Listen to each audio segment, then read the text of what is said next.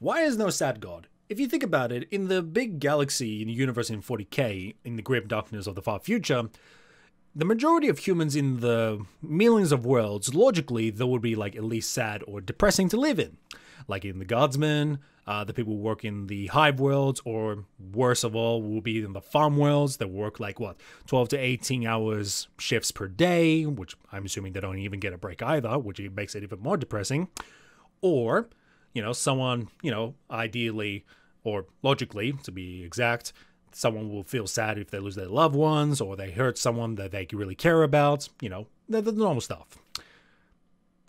Or some dickheads just still watching my Black quote-unquote Legion video, which I thought that would die really shortly. Like, I really thought it would die shortly. It was like the dumbest video that I ever created, and I'm not deleting it, but it was the dumbest video that I ever made. Thought it would die shortly. I guess things didn't go to plan, did it? You could say the people who are the famous is the ones who fucked up the most. Lovely. So a short explanation about how the warp works, but generally it goes with the Chaos Gods with it. So there are 4 Chaos Gods in the 40k universe, right? In the material world. And most of them are being fed by the emotions of the souls in the material world. And the majority of them would be humans. Well, you could say technically it was Elder, but we're talking about that later. So if you're angry and want to beat the shit out of someone because you're angry, your anger feeds to the Chaos God's Corn. If you wanted to do a trick someone or, give them the shittiest Yu-Gi-Oh card ever to be the trickster, then you will feed the Chaos God Zinch. And if you're like a sloth just sitting and not progressing too much and not changing that much, just doing nothing at all, then that will be Nurgle. If you lay on your bed and, that will be Slanesh. And the other thing about the warp itself, it is the reflection of the material world. So you have the immaterial world and the material world. And the immaterium, as I said, is the reflection of the material world. So a good example is you as a human being are you're the anti-horny person. But there will be always that another person from the material world that will be the horny person. So, which is pretty much the opposite of you, as a reflection. Now, if I had to explain in even more detail, like Lewitton does for his 4-part series of the Chaos Gods, well, good luck. If you want me to do that, then you have to wait like, what, 3-5 months? Probably more than that. Give me 2 years. Give me 2 years until I fully understand the concept about the warp itself. I only understand the basics. I'm not going into like time travel and shit because I think Lewitton just sandpapered my brain so much that my brain is marble. Well, I got a couple wrinkles here and there, but thank God he missed them, did he?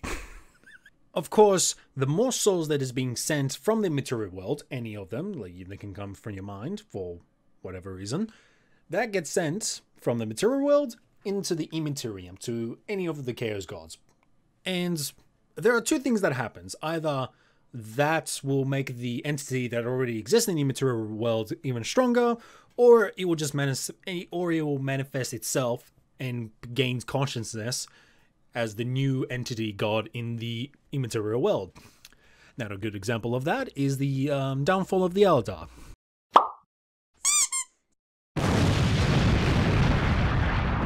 There is also a short story called The Labyrinth, which talks about another minor Chaos God called Malice. It's weird because, like, there's a lot of conversation talking about it of, okay, is Malice more like a demon, or is he a Chaos God that can manifest into the material world to become like a demon? Yeah, it's fucking weird, to be honest. So, yeah, it's weird, but but the assumption is he is a Chaos God, but he's able to manifest into the material world. Now, how was he able to be manifested in the first place? Like as a Chaos God in the immaterial world? Or how he did it? Or how he got consciousness? Or other shit that he made him exist? No idea. I have no idea about that one. So with that explanation done, then why is there no depressing god? Or as I wanted to like to call it, the big sad god? Well, there are a couple of theories that has already been discussed, as far as I'm aware, in the community. That's, the Chaos God just not able to manifest, or it doesn't exist somehow, or it did manifest, but it ceased to exist later on. So we'll go through these theories that I'll cherry pick them, and which is more plausible, but we'll go with them. So the first thing I'm assuming is 4 big Chaos Gods that are so massive, so strong in the warp, that anything that is trying to manifest in the warp, or that already exists in the warp, that probably got eaten by the Chaos Gods, which, well, that's where our assumption is going forward with it. The second thought is either the emotions that were from the material world that sent into the immaterial world that wasn't enough for it to be manifested into the warp, like be conscious and go poof like Slaanesh. But then again, 40k is depressing enough. That wouldn't make sense either, because it's sad enough. Like, So the third thing I'm assuming is the reason why the sad god doesn't exist is because it's probably hiding in my closet. Out of all places, like anytime, anywhere else, it's hiding in my closet. And I'm assuming it's because it's trying to hide its tears. And if that's the case, then it can go outside, right inside of the rain, and cry with it. So nobody can see if it's just the rain that comes through on top of the face, or it's crying with tears. Now the real question without theory is, can I take it out of my closet? Well, I would like to pet this creature. I tried it. I don't think it's possible. The last thing I would say is most likely is the sad god does exist in the warp, and it's strong enough to work independently and do its own thing in the warp. Which is not most likely, but I'll just put my theory onto that, because that's where the logic of how the warp works, and the reflection between the immaterial to the material world works, and everything other jumbo electrical bungaloo going with it, and the other confusing things that happens with the warp.